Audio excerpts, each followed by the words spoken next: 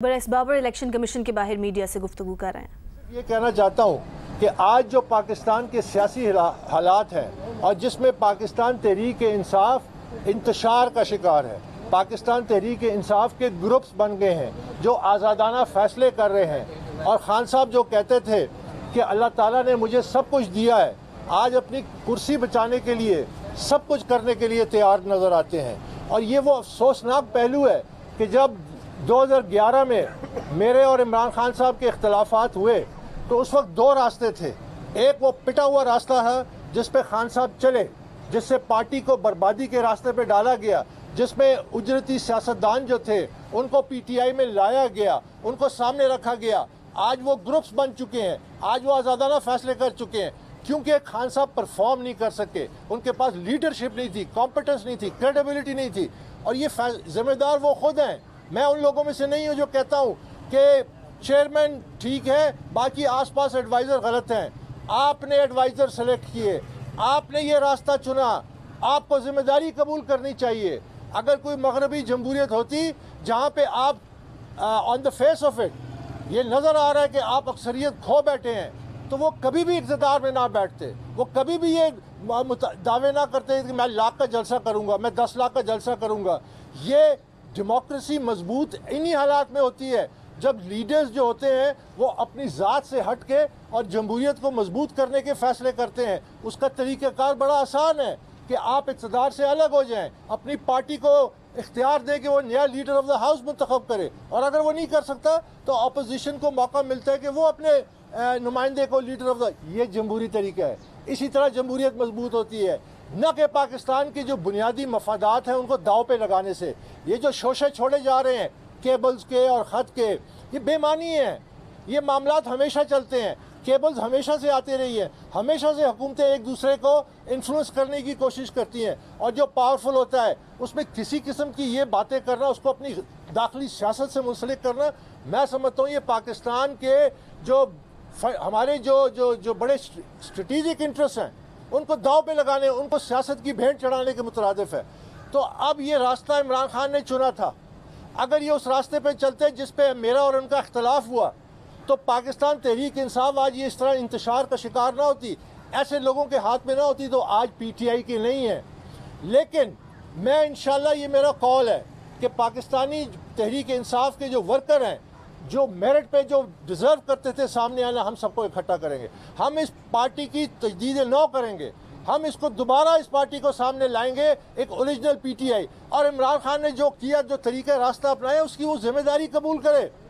उसको चाहिए कि वो जिम्मेदारी कबूल करे कि उसने ये रास्ता अपनाया और 3 साल में लोगों को हकीकत सामने आ गई, पाकिस्तान की मईशत तबाह हो गई, पाकिस्तान में बेरोज़गारी बढ़ गई, पाकिस्तान में रिकॉर्ड महंगाई हो गई और हर लिहाज से पाकिस्तान पसपाई के रास्ते पे चल पड़ा। तो ये केस जो है ये सिंबॉलिक है।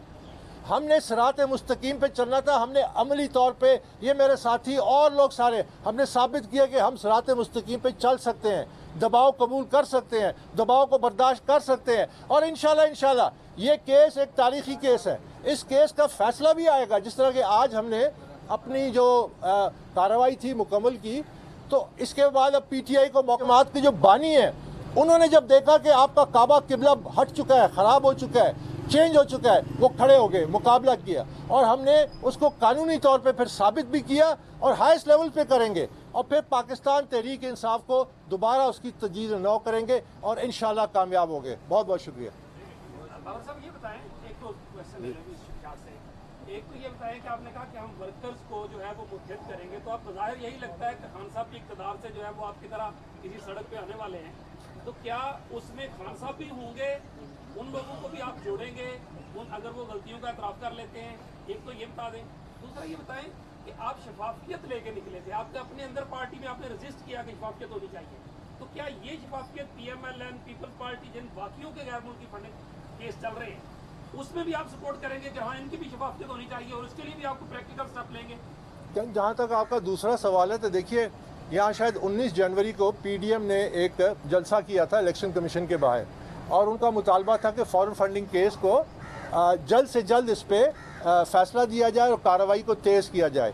तो मैं समझता हूँ कि ये बड़ा खुशाइन बात थी कि जब पीडीएम की तमाम पार्टीज़ फॉरेन फंडिंग केस के हवाले से ये कह रही हैं कि इसका बहुत ज़रूरी है, इसकी अहमियत को समझ रही हैं, इसीलिए वो मुतालबा कर रही हैं कि इसकी तो जाहिर है कि वो फिर तमाम सियासी जमातों पे लागू होना चाहिए, तमाम सियासी जमातों को इस छलनी से गुजरना चाहिए। इसमें तो कोई टू ओपिनियन नहीं है। और जहाँ तक आपका पहला, क्योंकि लेकिन उसमें एक फ़र्क सिर्फ ये है कि जब आप पॉलिटिकली एक सियासी जमात, उसके बानी एक रास्ता चुनते हैं और कामयाबी हासिल होती है तो वो रोल मॉडल बन जाता है, वो मजबूरी बन जाता है दूसरी जमातों को, वो मजबूरी बन जाता है इदारों का कि फिर उनको भी उसी छलनी से गुजारें। तो ये पहल आपको खुद करनी होती है, आपने अपना मेयार, रोल मॉडल आपको खुद बनना पड़ता है, और ये हमारी कोशिश थी। अब जहाँ तक रहा सवाल इमरान खान साहब का, देखिए इमरान खान साहब को जिम्मेदारी कबूल करनी पड़ेगी और मेरे नज़दीक उनको पीछे हटना पड़ेगा और उनको चंद कदम पीछे हटना पड़ेगा। इस केस का क्या फ़ैसला आता है, उसमें उन पे क्या क्या उसके असरात होते हैं, ये अभी देखना बाकी है, लेकिन उनका एहतसाब होना ज़रूरी है।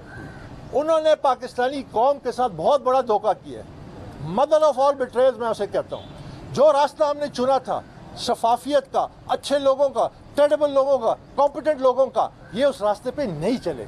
आज आपके सामने हकीकत आ चुकी है, इसलिए मैं इन बातों पे ज़्यादा तफसील से नहीं जाता।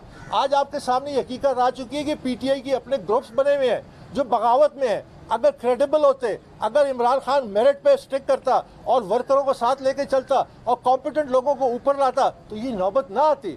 पार्टी चाहे पार्लिमानी तरीके से हट जाती है इक़्तिदार से, इसमें कोई हर्ज नहीं है, ये जमहूरियत का हिस्सा है, लेकिन कम अज़ कम पार्टी इकट्ठा रहती, पार्टी मजबूत रहती। आज पार्टी पाकिस्तान तहरीक इंसाफ का शिराजा बिखर रहा है, ये इमरान खान की वजह से है। He has to accept responsibility and he has to face the consequences जो इलेक्शन कमीशन के फैसले में आएंगे या हायर कोर्ट के आएंगे। He is not above the law.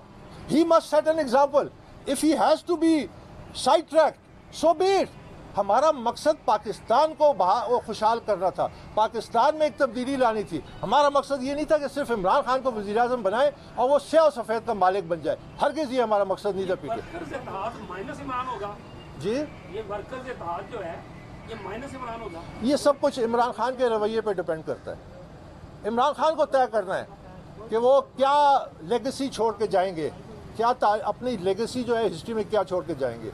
जिस रास्ते पे वो चल रहे हैं वो तबाही का है, उनकी लेगेसी बर्बाद हो जाएगी, उनके पास कोई रास्ता नहीं होगा। जिस लेगेसी को अगर वो बचाना चाहते हैं तो उनको बड़ा इकदाम उठाना पड़ेगा, उनको पीछे हटना पड़ेगा। ये पार्टी वापस उन लोगों के पास जाएगी जिन्होंने ये पार्टी बनाई थी, वो उसकी तश्कील नौ करेंगे। अगर इमरान खान उसका हिस्सा बनना चाहते हैं ये फैसला उनका है, लेकिन जो कॉन्सिक्वेंसेज हैं, जो केस है या और जो मामलात हैं, he has to face, he is not above the law. उससे किसी तरह से उसको एब्जॉल्व नहीं कर सकते। बहुत शुक्रिया।